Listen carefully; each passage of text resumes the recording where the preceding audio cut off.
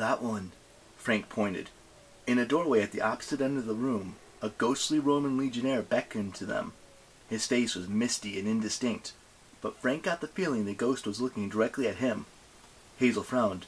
Why that one? You don't see the ghost? Frank asked. Ghost? Nico asked.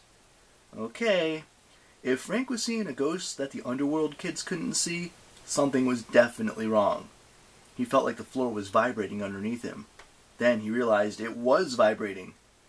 We need to get to that exit, he said. Now! Hazel almost had to tackle him to restrain him. Wait, Frank! The floor's not stable, and underneath... Well, I'm not sure what's underneath. I need to scout a safe path. Hurry then, he urged. He drew his bow and herded Hazel along as fast as he dared. Leo scrambled behind to provide light. The others guarded the rear. Frank could tell he was scaring his friends, but he couldn't help it. He knew in his gut they had only seconds before... In the dim light in front of them, the Legionnaire vaporized. The cavern reverberated with the monstrous roars, dozens, maybe hundreds of enemies echoing from every direction. Frank recognized the throaty bellows of the Earthborn, the screech of griffins, the guttural war cries of Cyclops. All sounds he remembered from the Battle of New Rome, amplified underground, echoing in his head, even louder than the war god's voices. Hazel, don't stop! Nico ordered. He pulled the scepter of Diocletian out of his belt. Piper and Jason drew their swords as the monsters spilled into the cavern. A vanguard of 6 armed Earthborn threw a volley of stones that shattered the bone and jewel floor like ice. A fissure spread across the center of the room, coming straight towards Leo and Hazel.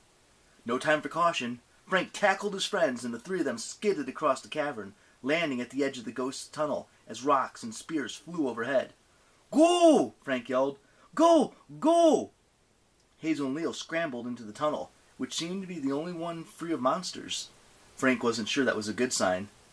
2 meters in, Leo turned. The others! The entire cavern shuddered. Frank looked back, and his courage crumbled to dust. Dividing the cavern was a new 15-meter-wide chasm, spanned only by 2 rickety stretches of bone flooring. The bulk of the monster army was on the opposite side, howling in frustration and throwing whatever they could find, including each other. Some attempted to cross the bridges, which creaked and crackled right under their weight. Jason, Piper, and Nico stood on the near side of the chasm, which was good, but they were surrounded by a ring of Cyclopses and Hellhounds. More monsters kept pouring in from the other corridors, while griffins wheeled overhead, undeterred by the crumbling floor. The 3 demigods would never make it to the tunnel, even if Jason tried to fly them. They'd be shot out of the air. Frank remembered the voice of his ancestor. At the break, you must take charge. We have to help them, Hazel said. Frank's mind raced, doing battle calculations. He saw exactly what would happen.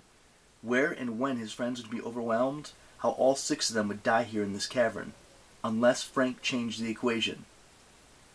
Nico! He yelled. The scepter! Nico raised Diocletian's scepter, and the cavern shimmered purple. Ghosts climbed from the fissure and seeped from the walls. An entire Roman legion in full battle gear. They began taking on physical form like walking corpses, but they seemed confused. Jason yelled in Latin, ordering them to form ranks and attack.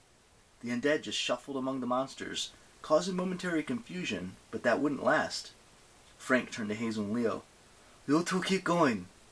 Hazel's eyes widened. What? No! You'll have to. It was the hardest thing Frank had ever done, but he knew it was the only choice. Find the doors of death.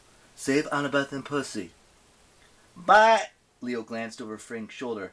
Hit the deck! Frank dove for cover as a volley of rocks slammed overhead. When he managed to get up, coughing and covered in dust, the entrance to the tunnel was gone. An entire section of the wall had collapsed, leaving a slope of smoking rubble. Hazel! Frank's voice broke.